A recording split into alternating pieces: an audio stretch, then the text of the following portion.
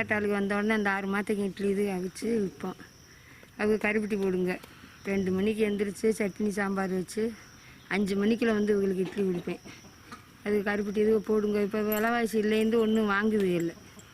ரொம்ப கஷ்டமாக இருக்குக்கா. ரொம்ப பதினி போடல வைக்கலேன்றது. நானும் வீட்டுக்கு அலைஞ்சிக்கிட்டு தேடுறேன். ரொம்ப கஷ்டமாக இருக்குது. என்னத்தையே பார்த்து ஓடி அடிச்சுக்கிட்டு பார்க்க வீட்டுக்கு 2 மைல் தொலை நடந்து போனாலும் 10-20 ரூபாய்க்கு வாங்குறது கஷ்டமாக இருக்குது. பயணிச்சு உரம் வந்து எங்களுக்கு அதே தொழில் தான் இருக்கோம். எங்களுக்கு நிவாரணம் எதானு கொடுங்க. எம்பாடு கஷ்டப்பட்டு நாங்கள் இங்கே தான் தொழிலுக்கு வருஷம் இப்போ அந்த 25 வருஷம் ஆயிடுச்சு.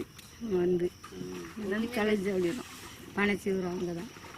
எங்களுக்கு ஏதாட்டும் ஒரு நிவாரணம் கொடுங்க. நாங்கள் எங்களுக்கு ஒன்றுமே வருமானம் பத்த மாட்டேது. விலையும் கொடுக்கணும். எங்களுக்கு விலையும் கஷ்டம். விலையும் கிடைக்க மாட்டேங்குது. ரொம்ப இதாக இருக்குது. இட்லி எப்படி வாங்குவீங்க? இட்லி இந்த கருப்பட்டி போட்டு தான் வாங்குவோம். காசு கொடுக்க மாட்டோம். எங்களுக்கு அதான் பனி தொழில் செஞ்சுட்டே இருக்கும்.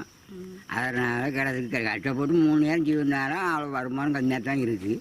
இருந்தாலும் இந்த அப்படியே காசு இல்லாமல் கட்டியை வாங்கி சாப்பிட்டுக்கிட்டு இப்படி தொழிலாக தான் இருக்கும். இட்லி வாங்கி சாப்பிட்டுக்கிட்டு இப்படி தான் இருக்கும்.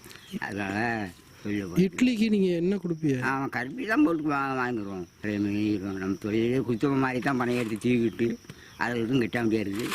எல்லா வேலையும் பாதிக்காது. கருப்பட்டி எப்படி வாங்குவீங்க? கருப்பட்டியே நம்ம கடையில் போடுறதான் வியாபாரி மாதிரி எடுக்கிறதால அவங்களாம் சென்ற வேலைக்கு தான் எடுத்து போகிறாங்க. நாங்கள் சொல்கிற வேலைக்கு எடுக்க மாட்டாங்க. அங்கே கட்டாது இல்லை. நான் கடுசந்தையில் இருக்கிறேன். கடுசந்தையில் இருந்து இந்த இட்லி வியாபாரம் வந்து பார்த்துக்கிட்டு இருக்கோம். பனங்காட்டில் உள்ள மக்களுக்கு வந்து பனை சீசனுக்கு வந்து கொடுத்துக்கிட்டு இருக்கோம். தூத்துக்குடி மாவட்டம் இந்த கன்னியாகுமரி இதில் இருந்து வந்துருக்காங்க. வந்து பனைச்சீவுறவங்களுக்கு இட்லி இது வந்து நல்ல சுத்தமான உணவாக கொடுக்கணுன்ட்டு நாங்கள் வீட்டில் இருந்து காலையில் 2 மணிக்கெலாம் எழுந்திரிச்சு இட்லி சட்னி சாம்பார் எல்லாம் ரெடி பண்ணி வந்து கொடுத்துக்கிட்டு இருக்கோம். கொடுக்கையில் நாங்கள் இட்லி கொடுத்தோம்னா அவங்க கருப்பட்டி கொடுப்பாங்க. கருப்பட்டி கொடுக்கையில் அந்த இதுக்கு நாங்கள் அந்த பழைய காலத்தில் உள்ளது மாதிரி பண்டம் பாட்டு முறையை பண்ணிக்கிட்டு இருக்கோம். இதுதான் தொட்டு நடந்துக்கிட்டு இருக்குது. இப்போ அவங்க தூத்துக்குடி மாவட்டம் இதுலேருந்து வர்றவங்க 6 மாதத்துக்கு ஒருக்கா வருவாங்க. வந்து அந்த இதை பண்டம் பாட்டு முறை பண்ணிக்கிட்டே இருக்கோம். இது வரைக்கும் இதுவரை இந்த மாதிரி இருக்கிறது ரொம்ப சந்தோஷமாக இருக்குது.